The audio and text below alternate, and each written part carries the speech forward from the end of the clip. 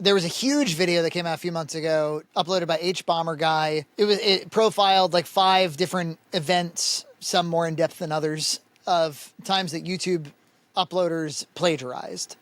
Many of them were egregious examples of plagiarism. And, you know, it's certainly an entertaining video in as much as like it's comprehensively researched, comprehensively demonstrated that the plagiarism took place in all of these cases. Lots and lots of examples of detailed plagiarism, and, you know, it lays out its case carefully and thoughtfully. From H-Bomber Guy. You know, I actually only watched the first half originally. I didn't watch the second half that featured, as H-Bomber Guy puts it, who the video is actually about. This video is about James Somerton.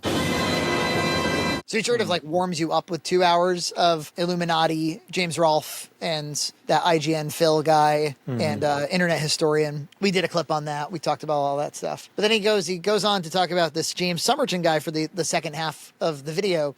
And he paints a picture of, you know, this video essayist. See, I got the impression that the guy wanted to be in the same circles as like the media studies scholars. Everything is studied and understood through like a gay lens. He's a gay guy, so everything is like a queer representation in 90s horror, and, you know, like that. Those are the kinds of videos he's making. I guess there were a couple of examples that people definitely saw of plagiarism over time. And he had a fan base that reacted strongly and poorly to pointing it out. On a few occasions, he did respond. And all of his responses are pretty perplexing. They're all like, one of them was like, oh yeah, I forgot to credit that person in my description. Or I forgot to credit that book where I whole cloth read multiple pages. Oh, jeez. From it, you know, and he would, like, the only words he would replace would be things like instead of gay, it'd be like LGBT. Or instead of homosexuality, it'd be like queer.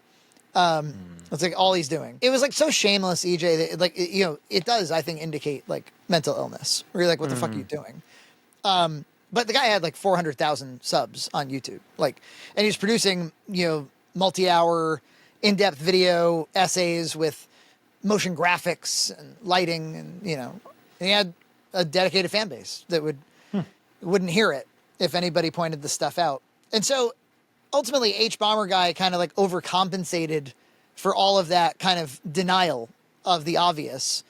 Like as he continues the video, he just keeps finding examples. I mean, it just, and his excuses were like, I'm flighty. Sometimes I'm flighty and I forget to quote people. Honest mistake, still learning.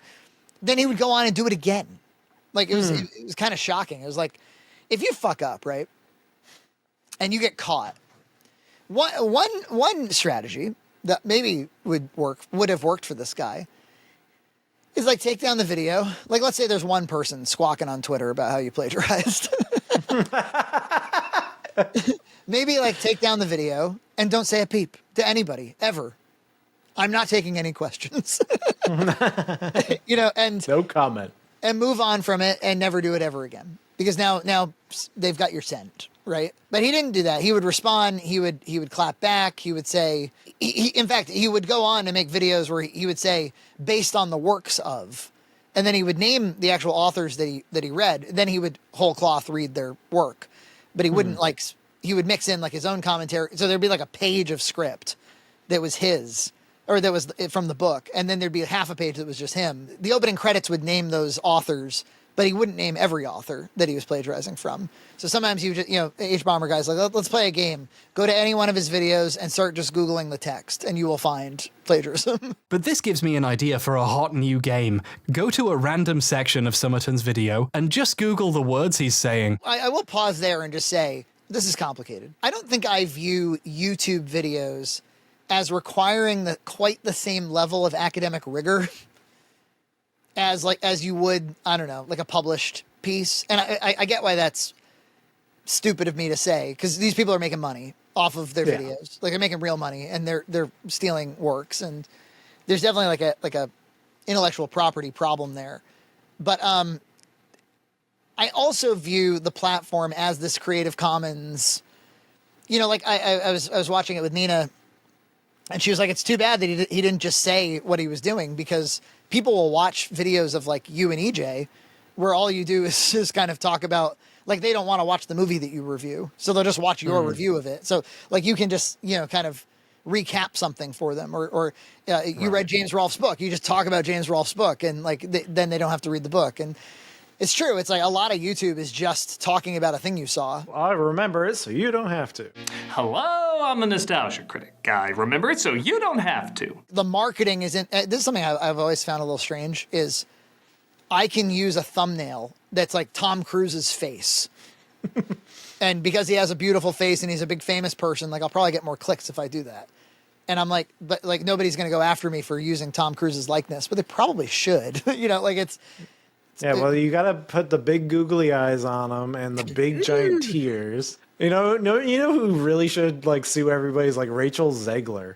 I feel like I see her face doing the weird, like in Weird. every thumbnail, like, you know, from the, you know, that one corner of the YouTube. you know the one.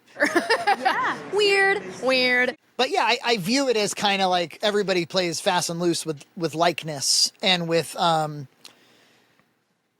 you know, everybody's parroting one another anyhow, and I look at it as a little bit more loosey-goosey, a little bit more free.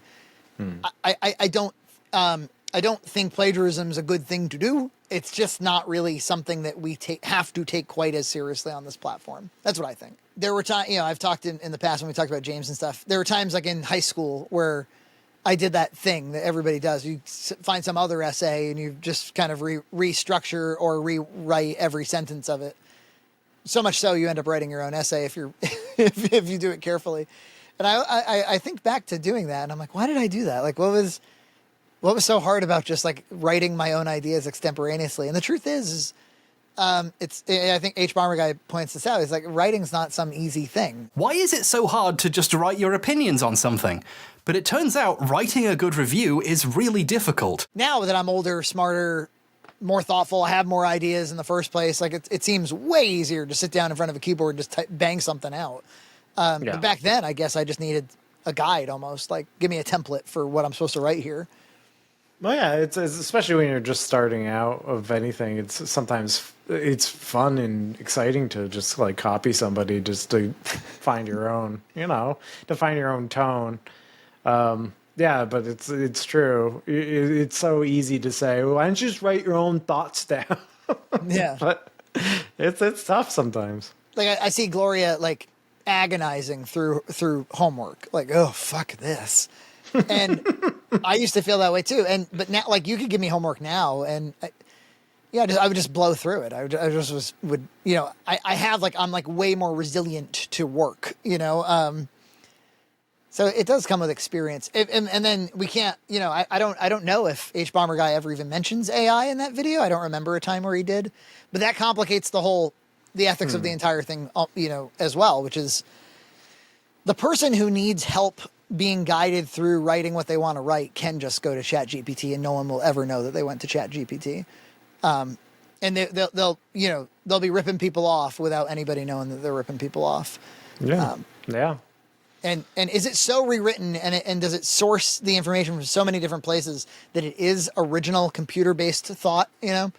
That's why I say, I'm like, all of this stuff is going to start to, the intellectual, like who owns an idea, who owns phraseology.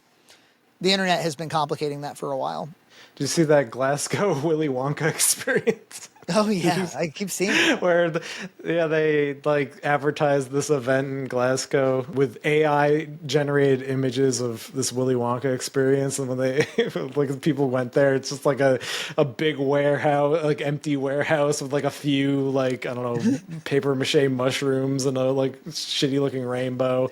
And I guess like they did hire actors, but they gave them AI generated scripts that made no sense. Oh and my god! It really ignited the imaginations of everyone online because it's like it was so bizarre. We were told on the experience to hand out one jelly bean per child, and a quarter of a cup of Tesco's own brand lemonade. So up to this point, I've described like, okay, a crime has been committed. You know, the guy unmistakably was a serial plagiarist. And then he would kind of make these shitty apologies, these shitty excuses, these lies. He lied regularly to the audience when, again, I he really kind of Streisand affected himself many times over. He would do that thing, where like his first reaction would be like a soft, like, oh, sorry, like just learning, okay, bye. And then if people kind of kept going at him, he'd clap back much harder. Or he'd accuse them of being bigoted because he's gay, that sort of thing. Yeah. He would pull out all the stops. When this video hit, I don't think he was prepared for like, oh, all right, well, here's the final word on your fucking plagiarism situation. That video has 17 million views now. It was in the culture for months, basically. He did issue an apology eventually, or like a response apology video. I'm sorry for taking so long to make this video or to say anything. I'm in the hospital. I've been in the hospital for a little over a week. Tears streaming down his face. In the opening minute, he's like, I've been hospitalized. So he's definitely like pulling on heartstrings. He wants you to know that like you're harming him by, which is all unfortunately consistent with everything we've seen up to this point, which is like, don't criticize me or else. Don't point this out or else. You're a bigot. You're killing me. You're killing everybody. It is like there are a lot of like emotional manipulation tactics from this guy, unfortunately. They were working until the H Bomber Guy video came out, and then it's just like there's no coming back from it. Yeah.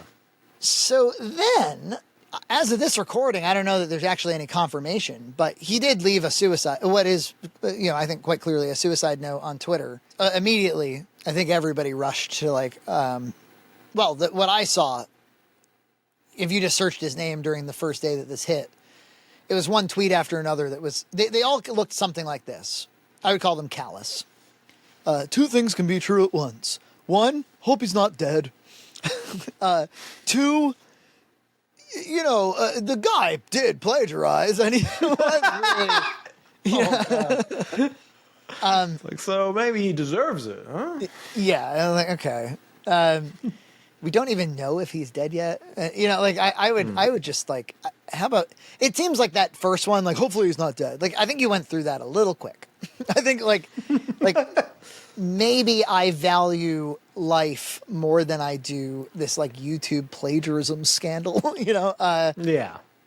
Granted, I think people are sensitive to, I think it became like a popular concept 10, 15, 20 years ago, something like that, where everybody kind of got wise to like, you would never want to be responsive or sympathetic to somebody who is threatening their own suicide to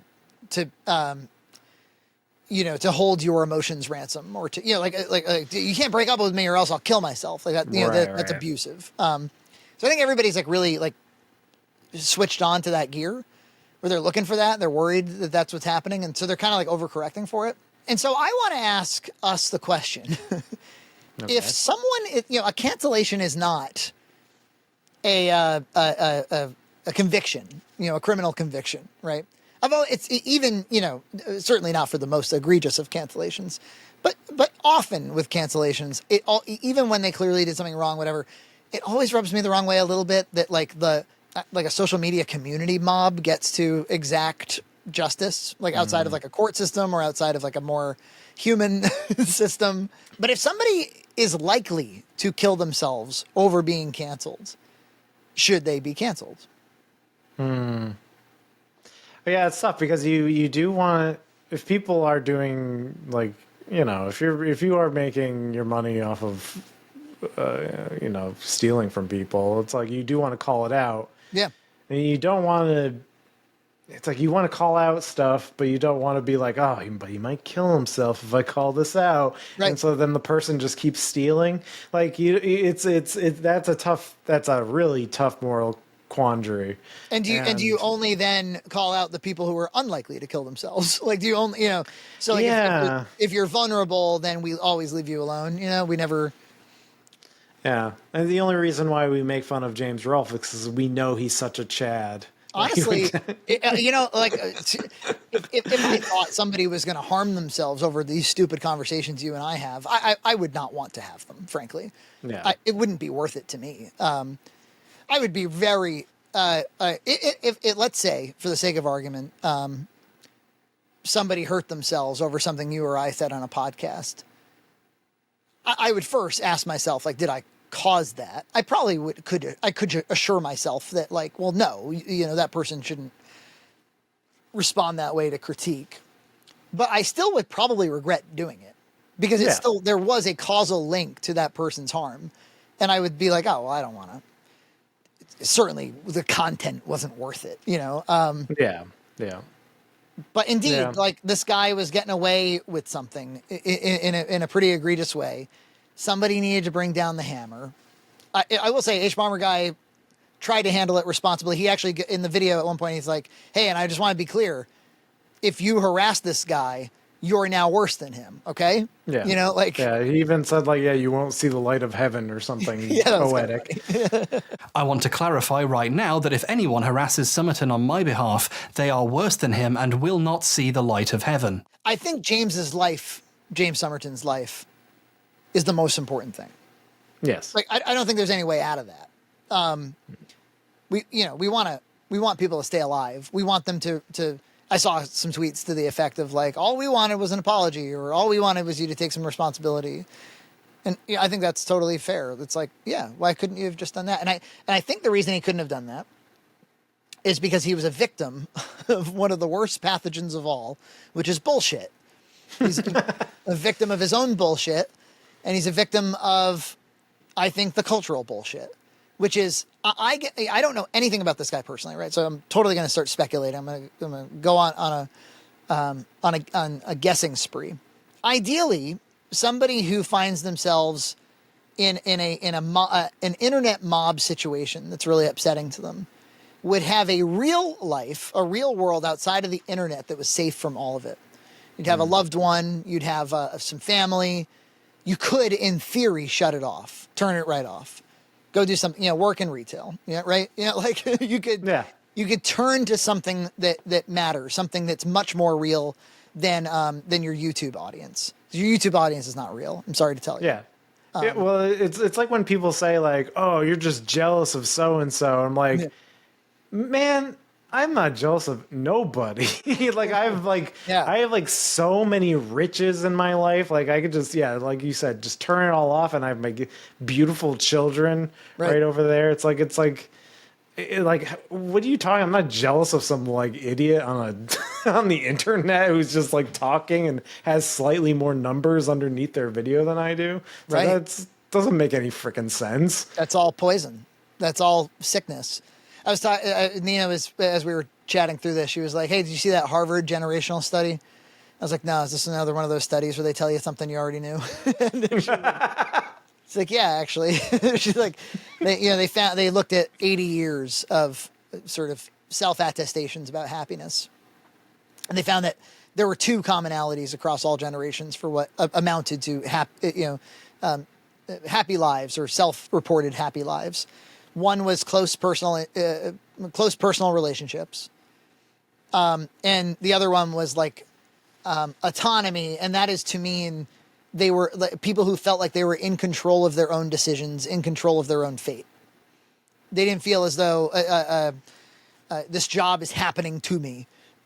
This breakup happened to me. I'm a victim of circumstance and not of my own choice, or not of my own making. I have no personal autonomy to solve my own problems. If you do own your decisions, own your choices, feel like you're in the driver's seat, that's a major predictor of happiness, apparently, according to. And of course, but having loved ones who can be, like, there's nothing like when the world comes crashing down to be able to turn to the person that's always there. Right. And I don't know if this guy has relationships or not, but like, this would be the time to be like, hey, why don't we shut that fucking laptop? And why don't we not worry about this right now? Yeah, you've plagiarized. You did a big goof. And you've been found out. It turns out you've been, your creative work, your professional life has been fraudulent. And we're going to do something else instead, because your life still matters. And you didn't kill anybody. You didn't rape anybody. You didn't, you know, you didn't break into somebody's house. I actually saw a tweet to that effect. They're like, it's basically like you broke into someone's house, ate all their food, wore all their clothes, and then you said get out, and then they put a gun to their own heads. I'll kill myself. I was like, I get your analogy. I follow you, but just to make an analogy of breaking into somebody's home versus plagiarizing, I'm like, on YouTube, no less. I don't see it as quite the same. So, and that's another ethical quandary. If a small channel had done the expose, I bet it's not as big of a deal. If it's 17 million views and you're the laughingstock of the biggest YouTube video on the channel, it's like the likelihood of you harming yourself greatly increases. So I would say like amplification is a factor in these in a cancellation situation too. I also thought the amount of times the guy turned to the audience and tried to explain his actions and try to reason with the mob, you know, I'm like, at a certain point, like, just stop talking to the mob. I saw like a ton of when the tweets started happening, a lot of white knighting for H-Bomber guy, and it did feel like the audience felt guilty for him in a way, or like it really trying to make sure it's like, hey, you know, H-Bomber guy did nothing wrong here, nothing wrong. Yeah. There's a little bit of lady doth protest too much. Yeah, it's like overcompensating to the point of craziness. In getting into arguments with a ton of people, like vicious arguments. I'm like, oh, geez, that's enough internet for today. I think probably he did nothing wrong, technically. But I don't think that it's the right move to like leap to the megaphone and talk about just how little wrong he did, because this thing ended much uglier than anyone would want it to end. Yeah. And it's like you didn't do it. You're not at fault. But if your video never came out, the guy'd be alive. You know? So I'd regret it. I would regret it. You know, I wouldn't walk around, and I'm sure he does feel a lot of guilt. Probably. Oh, I'm sure he does. Sure. I wouldn't walk around, fresh as a daisy. I mean, it's a hell of a decision in the first, like, even, you know, you find somebody doing something egregiously wrong, but again, not killing anybody, but they do something unmistakably, uncontroversially wrong, and you want to tell people about it so that it doesn't continue. And then you're like, well, but, how many people must I tell? You know? Well, I mean, I don't even think he could have predicted the success of it either. Well, like, what percentage of the audience do you suppose had ever heard of James Somerton in the first place? Yeah, not many. Obviously, I haven't. I hadn't either. It's not my corner of YouTube. The closest would be Lindsay Ellis. All that wine drinking and that media scholarship. I remember back in 2002 when the Phantom of the Opera movie musical adaptation was finally getting geared up. What James should have done is that's your moment to turn to right-wing YouTube. They will take you. They will take you in off the street. Like, you know, a gay guy used to be on left-wing bread tuber. You follow Christ, and you start talking. You'll be on Friday Night Tights. Yeah, you get on one of those. Yeah, you start making some. Hey, can you make a good thumbnail with some crying tears and Tom Hanks? We might have a job for you. Be interviewed by Doomcock in a moment. Yeah, look, there's a second life for you, James. Or that could have been. I really, truly, I hope. I hope he didn't do this terrible thing. It's not fucking worth it. It's just the internet. I swear to you, it's just the internet. Well, listen, if you're out there and you plagiarized a shitload, I don't want you to hurt yourself. I want you to work at Home Depot, will you? Like, I know, you don't need to be talking about 90s horror movies in a pretentious way on YouTube. Yeah. And if you think you ruined it with your social group, talk to a bunch of right-wingers. Say you repent. Might be nice. A nice change of pace. Just go and like I used to sometimes. I'm like, what if the world came crashing down for Frankie? What would I do? And I'm like, I don't know. I probably could just go do something completely different. You know, like if the options were like end life or like restart life, like, well, what would restarting life look like? That might be interesting. Yeah. It's an opportunity in a sense, you know? Got to look at it that way. Subscribe to Red Cow Entertainment on Patreon for full episodes every other week.